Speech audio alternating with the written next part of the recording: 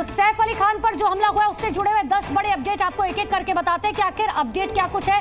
पहला अपडेट यह है कि हमले का संदिग्ध हिरासत में लिया जा चुका है, अब पुलिस उससे पूछताछ करेगी। दूसरा बड़ा अपडेट यह है संदिग्ध से बांद्रा पुलिस स्टेशन में लगातार पूछताछ की जा रही है।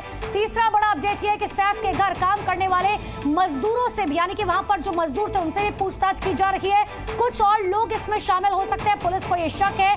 सैफ के फ्लैट में पहले भी आने का शक पुलिस को हुआ है, यह शख्स पहले भी आ चुका है। जांच में 20 टीमें जुटी हुई है।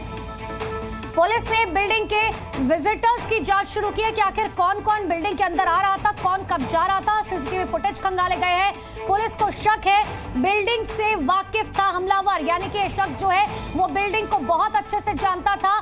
मेड ने अपना बयान दर्ज करा लिया है क्योंकि ये कहा जा रहा है कि हमलावर ने सबसे पहला हमला जो किया था वो घर की मेड पर किया था। और आखिरी बड़ा अपडेट आपको बता रहे हैं, हमलावर ने 1 करोड़ रुपए मांगे थे मेड से। आप ये समझिए कि सबसे पहले हमलावर घुसता है सैफ अली खान के छोटे बेटे यानी कि जेम के कमरे में जाता है। जब मेड को वहां पर एक परछाई दिखाई दी, मेड वहां पर जाती है, इतनी ही देर में हमलावर ने 1 करोड़ रुपए की डिमांड रख दी।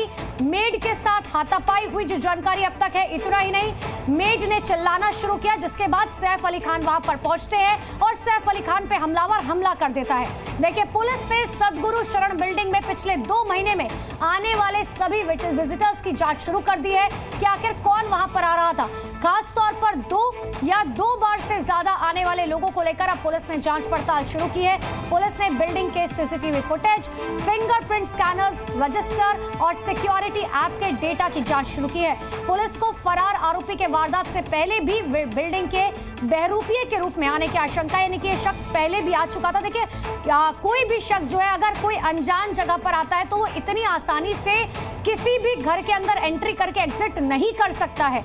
इसीलिए पुलिस को शक है कि ये पहले भी शख्स जो है वो सैफ अली खान के घर में आ चुका है। भले ही पुलिस जांच में जुटी है, लेकिन अब तक जो थ्योरी सामने आ रही है उसमें कई सवाल खड़े हो रहे हैं। आखिर सवाल क्यों खड़े हो रहे हैं, इसी पर आपको एक रिपोर्ट दिखाते हैं।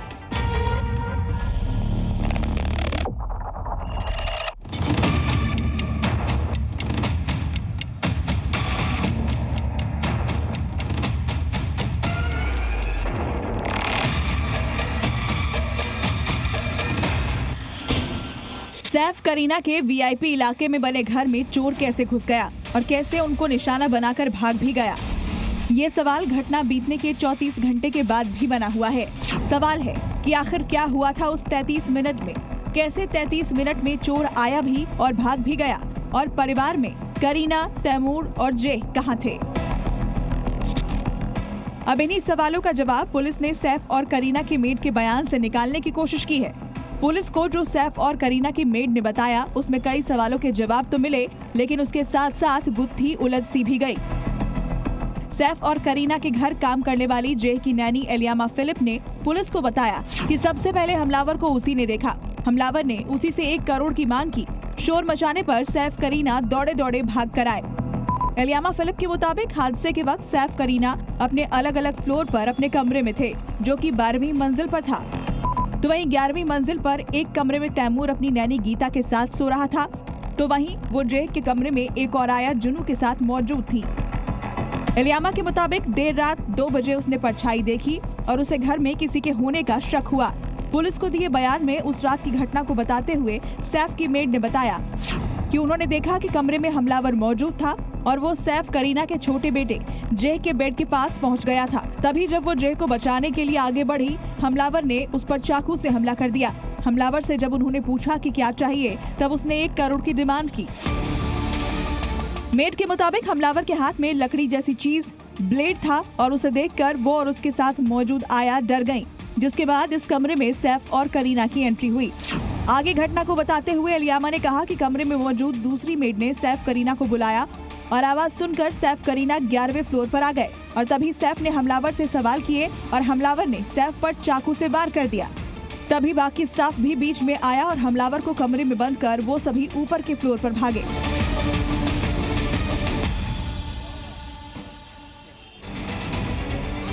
मेड के मुताबिक ऊपर से वापस आने के बाद जब देखा तो हमलावर भाग चुका था और सैफ को काफी ज्यादा चोट आई थी।